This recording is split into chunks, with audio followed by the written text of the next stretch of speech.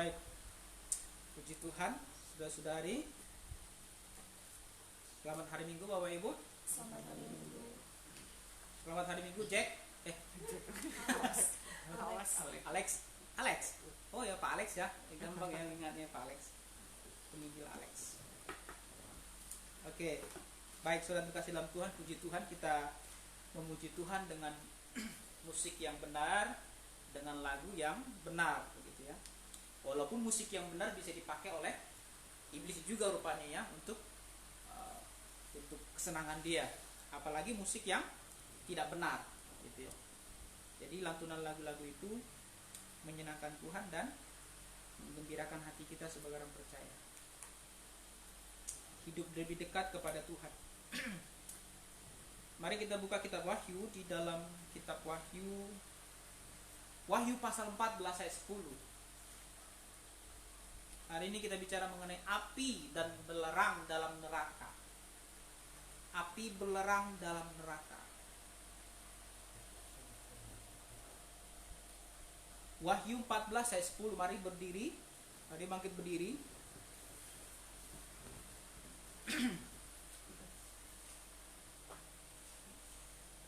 Wahyu pasal 14 ayat 10.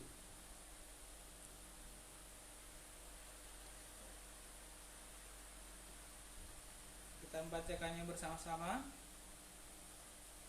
2, 3, ya.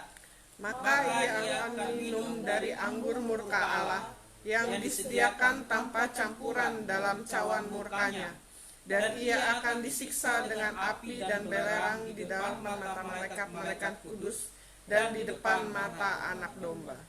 Kita berdoa. Tuhan, kami tahu Engkau Allah yang murka setiap saat, karena anak manusia selalu melakukan apa yang jahat di hadapan-Mu. Suatu kelak Tuhan, Engkau akan memurkai dunia ini, melemparkan semua orang yang tidak mengasihi Tuhan, yang selalu berbuat dosa, yang selalu menyakiti hati-Mu. Ada saatnya mereka akan terima semuanya itu. Kami juga mendengar firman kebenaran ini ya Tuhan. Biar kami takut akan Tuhan, sehingga kami menjauhi kejahatan. Dan Tuhan, Kau yang melahirkan kembali tiap-tiap orang yang mendengarkan firman-Mu saat ini, agar dia terluput dari hukuman-Mu, dari neraka yang menyala-nyala Tuhan. Tuhan, Kau yang Roh Kudus jamah hati tiap orang, agar dia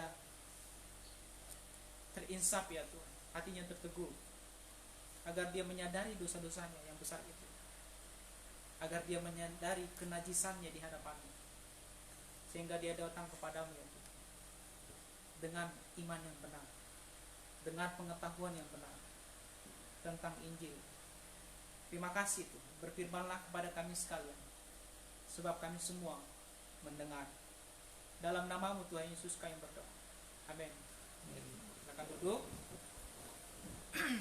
Baik, saudara terkasih dalam Tuhan. Siapa sini pernah membaca atau setidaknya pernah lihat buku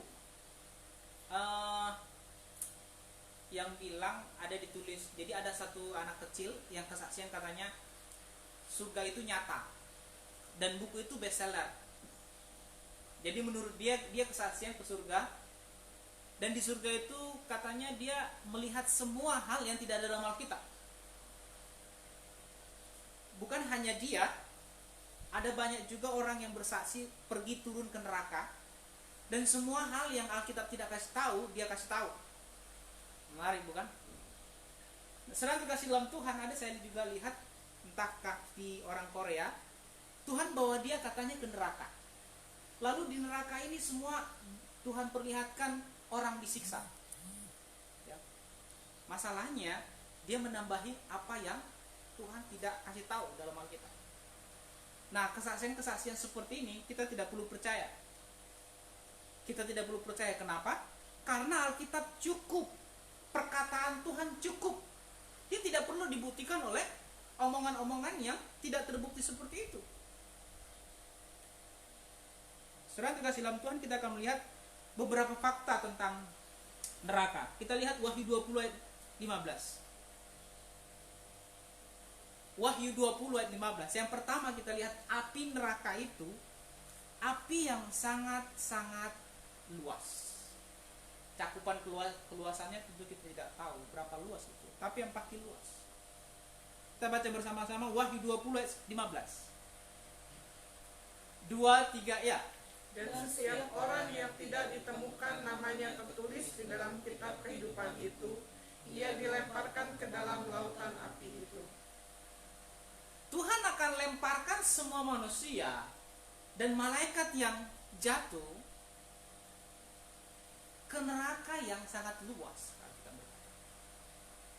Sehingga saudara terkasih dalam Tuhan, orang-orang yang bermain-main tentang neraka, yang membuat lelucon-lelucon tentang neraka, mereka akan merasakan akibatnya kelak. Semua manusia boleh menggunakan jok-jok selagi masih ada di dunia ini. Ya untuk sekarang kamu boleh tertawa gitu. Kalau bisa menggunakan istilah yang ya mungkin membuat hatimu terhibur begitu. Tetapi pada akhirnya sedang terkasih dalam Tuhan, Tuhan akan, Alkitab berkata, Tuhan yang mempunyai langit dan bumi berkata, akan melemparkan tiap-tiap orang ke api yang itu apinya sangat luas. Luasnya semana kita nggak tahu. Siapa pernah lihat rumah kebakaran? Real ya, bukan di TV. Siapa pernah lihat rumah kebakaran? Satu rumah, satu blok. 10 rumah, Pak. 1000 rumah, dekat. Depan saya. Panas nggak? Mengerikan nggak? Mengerikan. Siapa pernah di sini juga matahari siang bolong, lalu Anda tidak pakai jaket di tengah-tengah lampu merah begitu, lama pula begitu. Aduh, mengerikannya gitu. Apalagi kita naik motor ya, dalam pengertian naik motor bukan naik mobil. Saudara kasih dalam Tuhan, pernah lihat disiarkan berapa bulan yang lalu Australia itu hutannya kebakaran. Baru-baru ini juga kebakaran di mana-mana. Orang-orang ateis yang tidak mengaku adanya Tuhan kadang bisa langsung tersungkur dengan fakta yang dilihat dia di depan mata dia. Saudara kasih dalam Tuhan, Tuhan berkata, api neraka itu sangat luas. Dia tertampung semua manusia. Bermiliar-miliar manusia dari Adam sampai manusia terakhir nanti tertampung kok gitu. Jadi jangan ada orang berkata, oh neraka itu tempat sudah penuh lah neraka itu. Saya nggak mungkin ke sana. Dan ada banyak juga canda-canda neraka. Ya di neraka ini banyak orang-orang cakep katanya, orang-orang cantik di sana semua. Mereka sedang bermain-main dengan neraka. Tapi sedang terkasih dalam Tuhan, Tuhan berkata, neraka itu tempat yang sangat luas. Salah satu fakta yang mengerikan tentang api dan belerang yang ada pernah di bumi ini adalah tentang Sodom dan Gomora. Tuhan seperti obok-obok itu Sodom dan Gomora, Tuhan hancurkan demikian lewat siram itu atau pakai api dan belerang dari atas, dari surga. Saudara dikasih dalam Tuhan, mengerikannya fakta itu. Tuhan akan siksa, Tuhan akan binasakan semua manusia selama-lamanya di neraka. Jadi tidak ada yang namanya sempit-sempitan neraka ya, nggak ada ya. Semua kebagian tempat kok. Semua kebagian tempat. Jadi jok-jokmu yang selama ini engkau buat tentang neraka, orang yang tidak takut akan Tuhan akan melihat nanti. Yang kedua kita lihat, api neraka itu adalah api kegelapan. Di dalam Matius 25 ayat 30. Matius 25 ayat 30, saudara-saudara. Baca bersama-sama.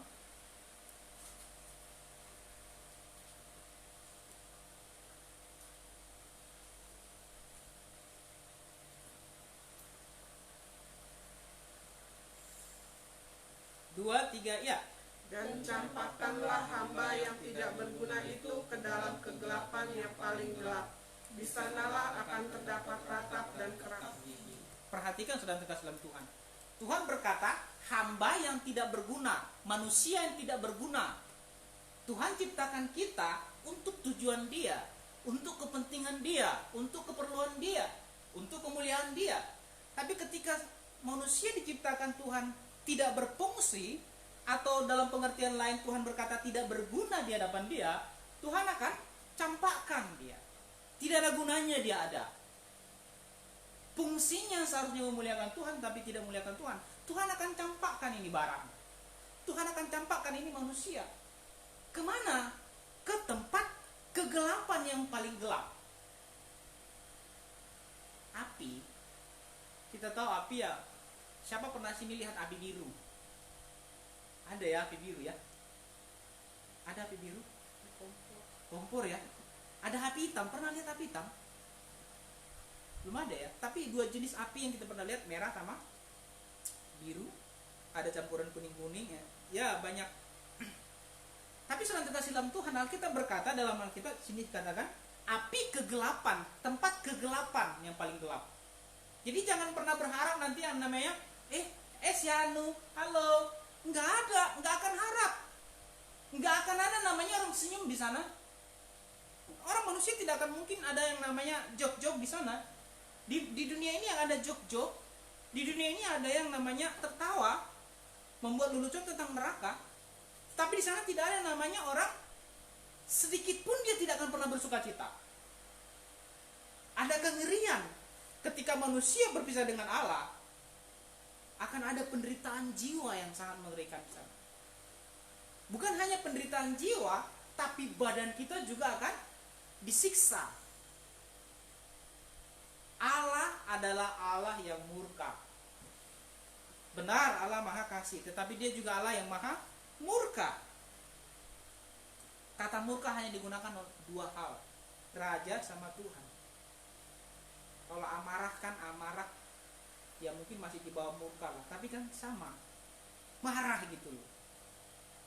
Jadi ketika Tuhan murka, tidak ada yang namanya ya benar Dia Maha Kasih, justru karena kasihnya lah Tuhan lemparkan ini manusia ke neraka. Karena Dia Maha Kasih. Allah yang kasih itu yang melemparkan manusia ke neraka. Kita lihat lagi di dalam firman Tuhan. Mazmur 90 ayat 11. Musa berkata, Mazmur 90 ayat 11, siapakah yang mengetahui kekuatan murkamu dan amarahmu sesuai dengan rasa takut kepadamu? Saudara terkasih dalam Tuhan, Tuhan jelas ya, tidak ada yang namanya satu kekuatan pun yang dapat menghalangi murka Tuhan. Murka manusia semanapun dia marahnya, semarah-marahnya preman gitu ya, semarah-marahnya orang yang paling kuat dalam hal fisik pun akan ada redanya. Semarah-marahnya siapa? Semarah-marahnya iblis pun masih di bawah kategori amarah Tuhan. Ketika Tuhan marah, murkanya langsung Tuhan timpakan, tidak ada satupun yang dapat menghalangi itu. Kekuatan apa yang dapat menghalangi murka Tuhan? Tidak ada. Tidak ada. Coba kita lihat Roma 9 ayat 22. Tuhan berkata, Tuhan mempersiapkan tempat kebinasaan kepada benda-benda kemurkaannya itu, kepada manusia-manusia yang harus dimurkai Dia. Tuhan sudah siapkan tempat. Roma 9:22, baca bersama-sama. 2, 3, ya. Jadi kalau untuk menunjukkan murkanya dan menyatakan kuasanya, Allah menaruh kesabaran yang besar terhadap benda-benda kemurkaannya yang telah disiapkan untuk kebinasaan. Allah maha sabar enggak? Benar, dalam ayat itu Tuhan berkata Dia maha sabar, Dia maha kasih. Tapi sudah dikasih dalam Tuhan, kasih Tuhan itu punya limit. Limitnya kapan? Saat engkau mati, saat manusia mati, udah selesai, tidak ada kesempatan kedua. Kesabaran Tuhan ada batasnya. Kapan? Ya saat engkau mati. Tapi saat di dunia ini tidak ada batas. Tapi saat engkau mati sudah selesai, tidak ada namanya kesabaran untukmu lagi. Dia sudah terkasih dalam Tuhan. Tuhan berkata apa di sini? Benda-benda kemurkaannya, Tuhan akan murkai kepada orang seperti itu. Nah, karena fakta neraka ini begitu mengerikan sebetulnya, sehingga untuk zaman sekarang banyak ajaran-ajaran yang menyanggah, yang mengatakan tentang neraka ini tidak ada lagi. Seperti beberapa golongan Adventis ya.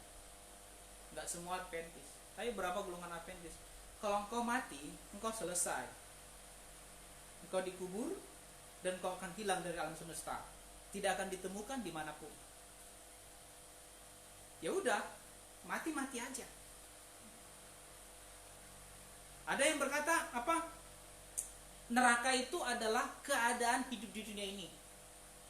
Jadi jika engkau punya keluarga dan engkau menderita dalam keluargamu itu, istilahnya rumah tanggamu itu adalah nerakamu katanya.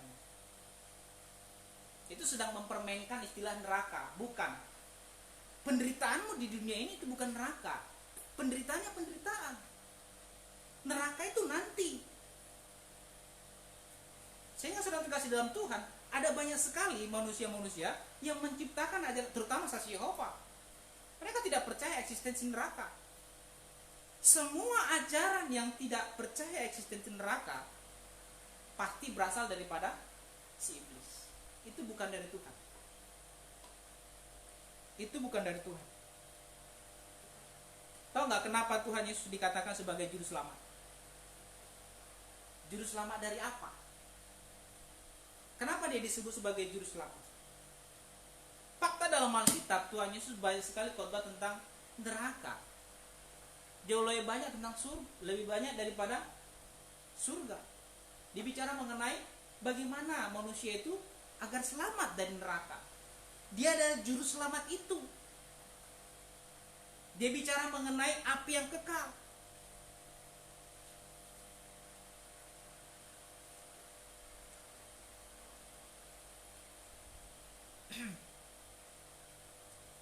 Ada yang pernah bilang begini, banyak ya, terutama dari golongan Kristen-Kristen yang liberal ya. Biasanya argumen-argumen Kristen-Kristen liberal ini dipakai oleh agama-agama lain untuk menyerang kekristenan gitu ya. Karena jarang sekali agama-agama lain itu punya argumen yang bagus. Punya argumen yang bagus itu orang-orang Kristen liberal. Dan mereka pakai itu. Dan salah satunya adalah berkata begini, iblis kalau dibakar dengan api mempan gak ya? Iblis kalau dibakar dengan api mempan gak ya? Ya mungkin dia akan menari-nari di sana. Tentu saja sudah terkasih dalam Tuhan. Tuhan mampu menciptakan suatu api yang melebihi api yang pernah ada di muka bumi ini gitu. Sehingga dia mampu membakar tubuh kebangkitan manusia. Sehingga dia mampu membakar malaikat yang berupa roh. Dia mampu melakukan semuanya itu. Jadi jangan ada yang berkata, ada yang juga berkata, oh api itu sebetulnya hiasan, kata mereka. Tidak, api itu literal.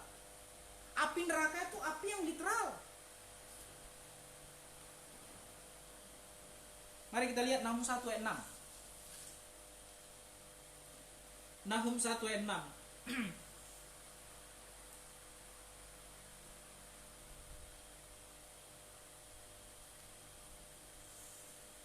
Nahum 1 ayat 6.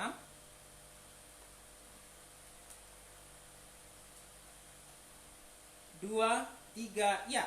Siapakah yang tahan berdiri menghadapi geramnya, dan siapakah yang tahan tegak terhadap murkanya yang menyala-nyala? Kehangatan amarahnya tercurah seperti api, dan gunung-gunung batu menjadi roboh di hadapannya. Amin.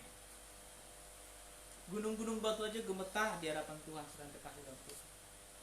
Kita melihat di dalam kitab kitab Lukas ya, orang kaya dan Lazarus. Orang kaya ketika dia hidup di dunia ini tidak ada satu kesusahan sedikit pun mungkin yang dialami dia. Mungkin dia punya masalah, tinggal hei kamu urus itu. Mungkin dia punya masalah dengan orang tertentu, hakim datang sini selesaikan masalahku, ini uangnya. Orang kaya masa hidupnya dia aman, tentram, dan damai, gemuk tambun dan aduhai. Dalam hidup ini dia makmur, sehingga dia mungkin membusungkan dadanya berkata ke langit, Tuhan, di mana Engkau? Aku tidak pernah membutuhkan Engkau. Kenapa? Semuanya cukup, tidak satu pun kekurangan. Saya tidak perlu berseru kepadamu untuk minta tolong. Ada banyak manusia yang bisa menolong saya. Kenapa? Karena saya kaya, saya mampu membayar mereka semua.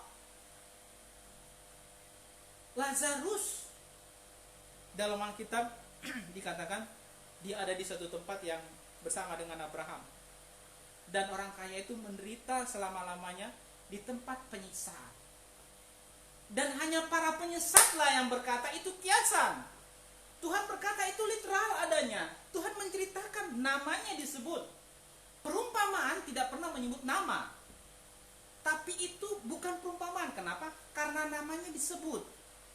Itu suatu kejadian yang Tuhan kasih tahu.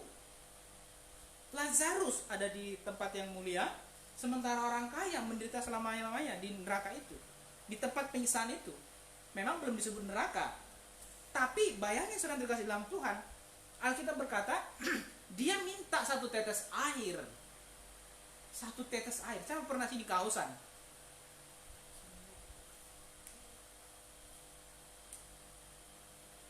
Sahabat pernah Kausan? Sampai dahaga banget gitu. Itu belum seberapa, kita masih punya 70% air di dalam tubuh kita. Tapi bagaimana dengan ketika di tempat penyiksaan yang kekal?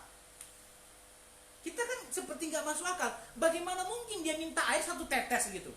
Nggak pernah sejarahnya manusia minum satu tetes air. Tapi orang ini minta satu tetes air saja. Kan betapa mengerikannya kan tempat itu. Betapa mengerikannya tempat itu.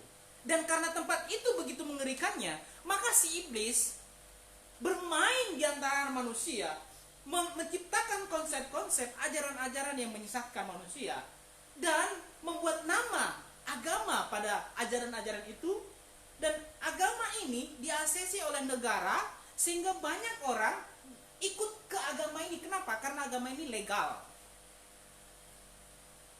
Tetapi dia tidak tahu itu jalannya lurus tapi menuju jurang.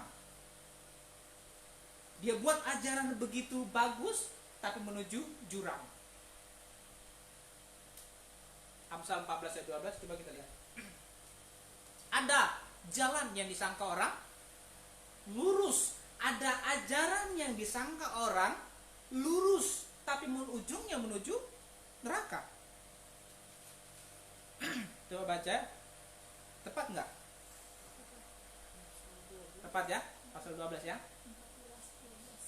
14:12, Amsal 14:12. Itulah yang Tuhan peringatkan sejak dulu. Nanti akan ada ajaran-ajaran yang manusia akan ikuti. Mereka sangka dengan percaya terhadap agama itu mereka selamat.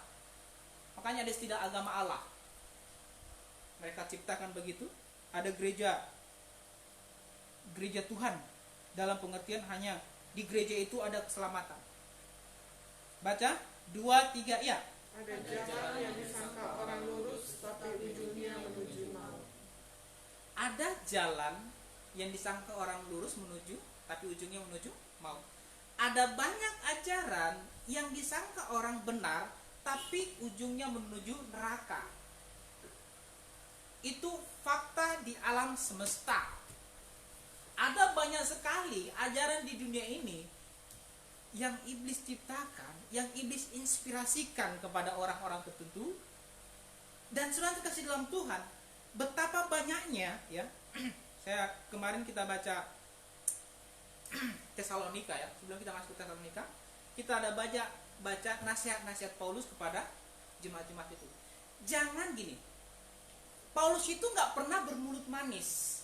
Dia tidak pernah menggunakan kata-kata mutiara, kata-kata motivasi kosong dari konsep psikologi. Dia tidak pakai itu gitu. Dia pakai kebenaran firman Tuhan untuk mempertobatkan orang. Dia tidak perlu belajar namanya homiletik gitu, atau belajar namanya public speaking. Dia tidak belajar itu. Dia tahu kepada siapa yang dipercaya, dia tahu firman yang disampaikan adalah kebenaran. Saudara terkasih dalam Tuhan, dia tidak bermulut manis. Karena biasanya apa? Ada namanya di orang Batak itu, saya kurang paham bahasa Bataknya, tapi gini, kata-kata setan itu lembut loh. Kata-kata Tuhan yang keras. Hafalan kita nanti hafal ya. 2 Timotius 3 ayat 16, firman Tuhan untuk menyatakan yang salah. Firman Tuhan ada untuk menyatakan yang salah. Yang salah apa? Semua ajaran lain yang salah, kita katakan salah. Semua ajaran lain yang sesat, kita katakan sesat. Kenapa saudara dikasih dalam Tuhan? Karena kita mengasihi mereka. Kita bahkan rela dibenci oleh mereka untuk menyatakan apa yang benar. Kalau kita mau, kita bisa bermulut manis. Kita bisa menggunakan kata-kata mutiara yang baik. Kalau kita mau. Kalau itu tujuannya untuk nama diri, untuk disukai, kita gampang kok buat itu. Gampang sekali bikin kata-kata mutiara. Tapi tidak dengan Paulus. Dia tahu manusia itu akan ke neraka punya. Karena itu kebenaran yang dia beritakan. Kita lihat Wahyu 14 ayat 11.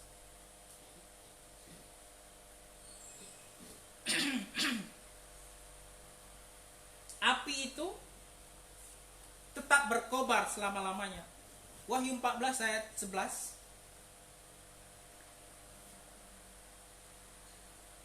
Wahyu 14 ayat 11. 2, 3, ya.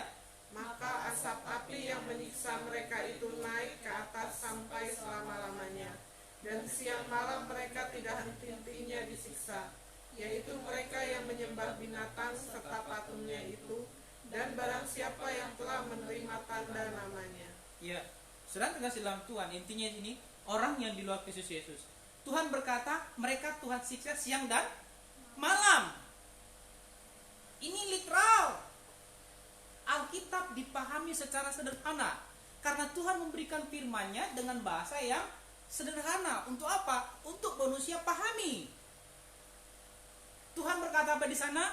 Dia akan menyiksa manusia itu siang dan malam. Artinya kan terus-terusan, tidak ada namanya berhenti dulu sebentar, tidak ada.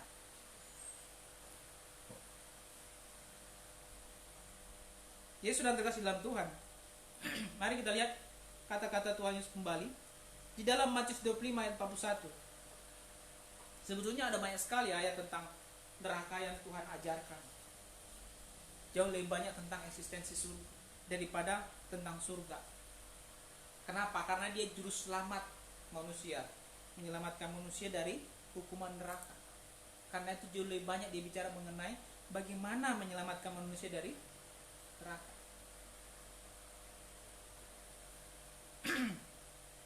Matius 25 ayat 1, 2, 3, ya. Maka Matius 25 ayat 41. Matius 25 ayat 41.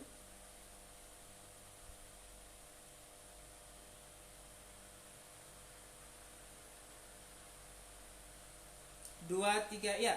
dan ia akan berkata juga kepada mereka yang di sebelah kirinya, enyahlah dari hadapanku, hai kamu orang-orang terkutuk, enyahlah ke dalam api yang kekal yang telah sedia untuk iblis dan malaikat-malaikatnya. Ya, sedang dikasih dalam Tuhan.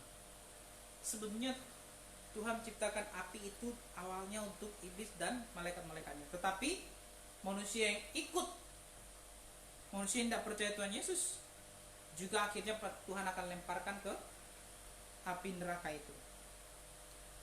Dan Tuhan katakan asap api yang menyiksa mereka itu akan naik ke atas sampai selama-lamanya.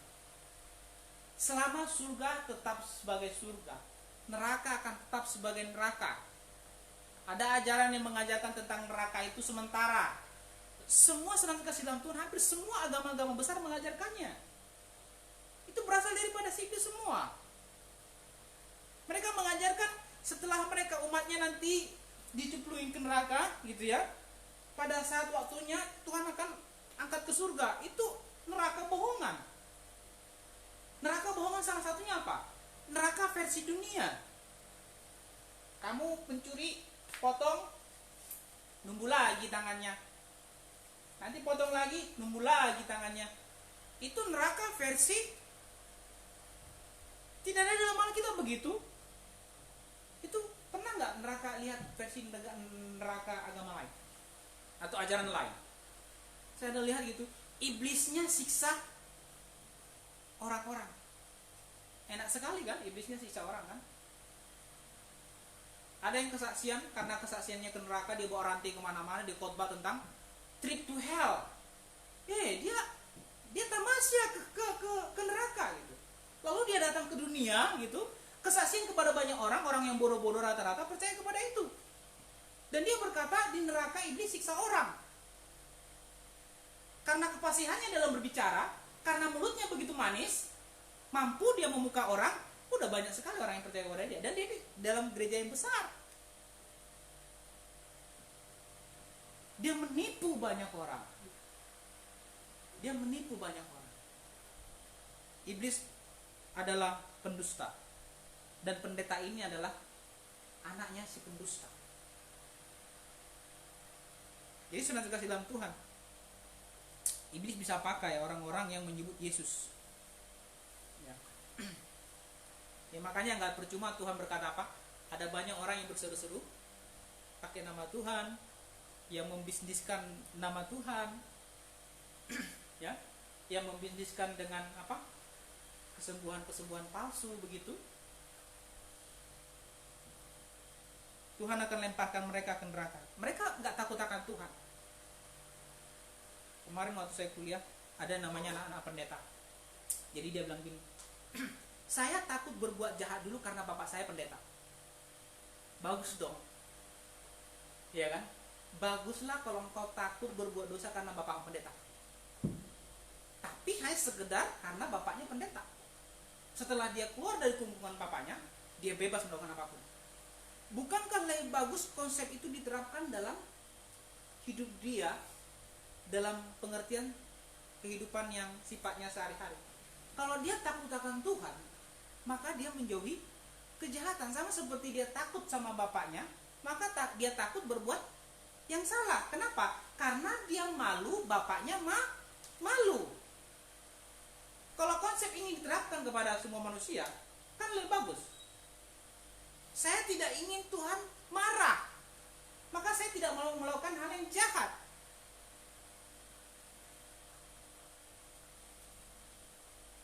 Saudara terkasih dalam Tuhan, ada firman Tuhan yang berkata, karena Tuhan tidak langsung menghukum manusia ketika dia melakukan dosa, maka kejahatan di muka bumi makin bertambah-tambah. Saudara terkasih dalam Tuhan, faktanya sejarah, kenapa Tuhan kirimkan air bah? Apakah tidak ada satupun dari ribuan manusia pada saat itu orang yang benar? Tuhan berkata tidak ada. Apakah orang berkata, oh sekarang ada miliaran orang Kristen, jauh lebih banyak orang Kristen daripada semua pemeluk agama lain? Tapi selain terkasih dalam Tuhan, Kristen-Kristen palsu kebanyakannya. Kristen penyembah berhala, Kristen membuat patung. Itu Kristen-Kristen kebanyakannya.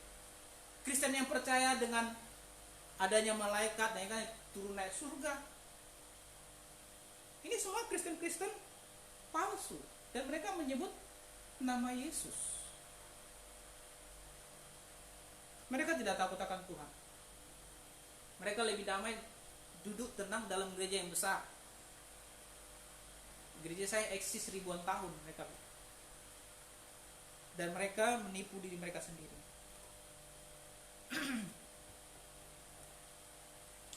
Api yang menyiksa selama-lamanya, dia akan berkobar sampai selama-lamanya. Mari kita lihat Matius 3 ayat 12.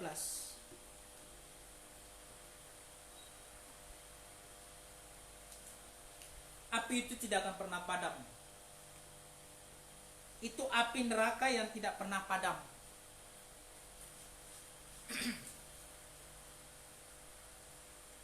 Matius 3:12, 2, 3, ya. Alat penampi sudah di tangannya.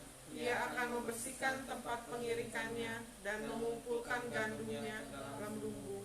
Tetapi debu jerami itu akan dibakarnya dalam api yang tidak terpadamkan. Amin. Saudara kasih dalam Tuhan, itu masih beberapa yang kita baca tentang neraka. Saudara kasih dalam Tuhan, adil tidak? Adil tidak kalau pemerkosa manusia atau pembunuh berantai manusia tidak Tuhan hukum. Adil tidak? Tidak adil. Neraka adalah tempat yang adil. Neraka adalah tempat penghukuman yang adil, kata Tuhan. Itu adalah neraka. Orang tidak boleh bermain-main tentang hal ini. Jadi sudah dikasih dalam Tuhan, oh Tuhan kejam katanya. Oh iya, Tuhan memang murka. Tuhan maha adil. Karena itu Tuhan lemparkan manusia ke api neraka. Sungguh tidak adil. Sekali lagi, jika manusia berdosa, Tuhan tidak lemparkan ke neraka. Hukuman Tuhan itu di kekekalan itu hanya satu, itu neraka, nggak ada lain. Kalau di dunia ini kan banyak ya, jenisnya banyak. Entah hukum gantung kah, tembak kah, di penjara berapa lama kah, mungkin di banyak tempat lain entah dicabut giginya kah atau kukunya kah. Tapi hukuman Tuhan di neraka itu hanya satu, yaitu dilemparkan ke neraka. Kalau di kekekalan Tuhan hanya memberikan reward, hanya ada satu surga, tempat hadiah itu, maka tempat penghukuman hanya satu juga, yaitu di neraka. Ya, sedang dikasih dalam Tuhan, fakta neraka ini banyak sekali dimanipulasi oleh ajaran-ajaran palsu, ajaran-ajaran sesat. Mari kita lihat ayat terakhir, kata Tuhan Yesus di dalam Matius 25 ayat 41.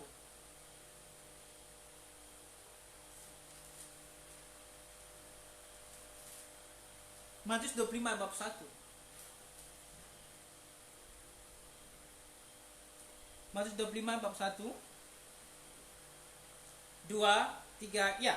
Dan ia akan berkata juga kepada mereka yang di sebelah kirinya, enyahlah dari hadapanku, hai kamu orang terkutuk. Enyahlah ke dalam api yang kekal yang telah sedia untuk iblis dan malaikat-malaikatnya. Tuhan Yesus berkata, api yang kekal, enyahlah ke sana.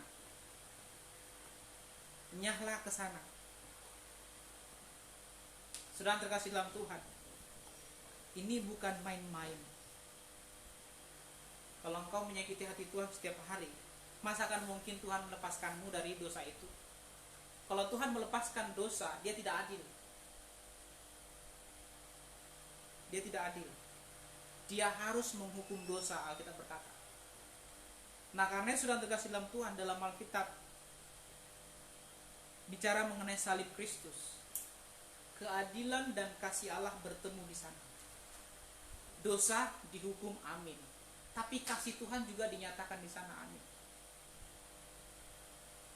Jadi sudah terkasih dalam Tuhan, saya juga begitu menyedihkan melihat kalau di Facebook itu ya, penyembahan agama tertentu gitu, dengan bangganya mereka bikin itu gitu ya. Kan sedih melihatnya, anak-anak juga ada diajari mereka begitu dalam agama itu. Menyedihkan, mereka nanti kan ke neraka semua punya. Agama yang katanya agama damai akan membawa ke surga, padahal semuanya akan menuju ke neraka kekal. Menyedihkan melihat mereka seperti ini. Jadi sebenarnya dikasih dalam Tuhan, selagi kau dalam tempat yang benar sekarang, coba cek misalnya dirimu. Saya pernah nggak merasa saya akan ke neraka? Saya pernah nggak berpikir saya akan ke neraka? Kalau orang tidak pernah menyesali dosa-dosanya, jangan harap dia akan pernah bertobat dan percaya.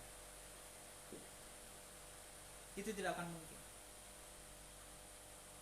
Jadi sedang dikasih dalam Tuhan,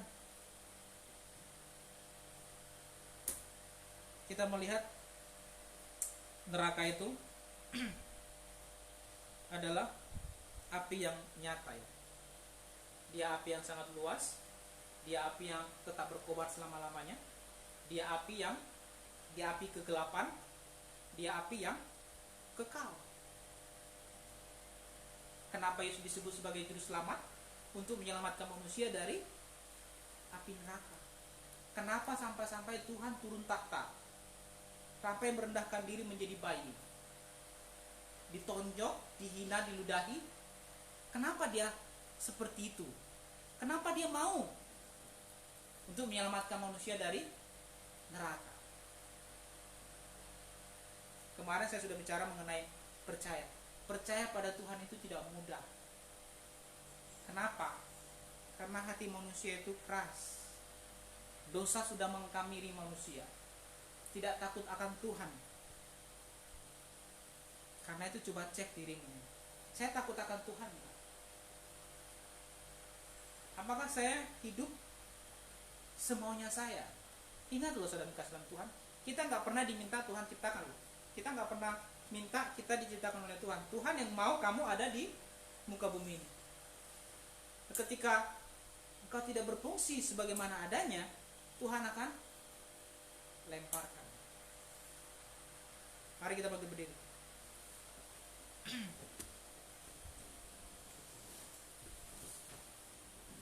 Mari kita tundukkan kepala. Saudara terkasih dalam Tuhan,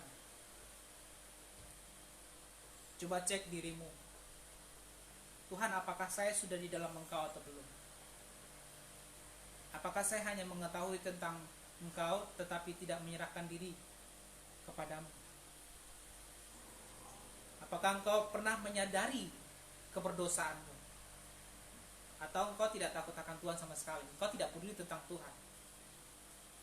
Engkau tidak ambil pusing tentang pribadi yang mulia itu. Engkau cukup tahu saja karena orang tuamu, karena pertemananmu, karena suamimu atau karena istrimu. Engkau hanya ikut-ikutan saja.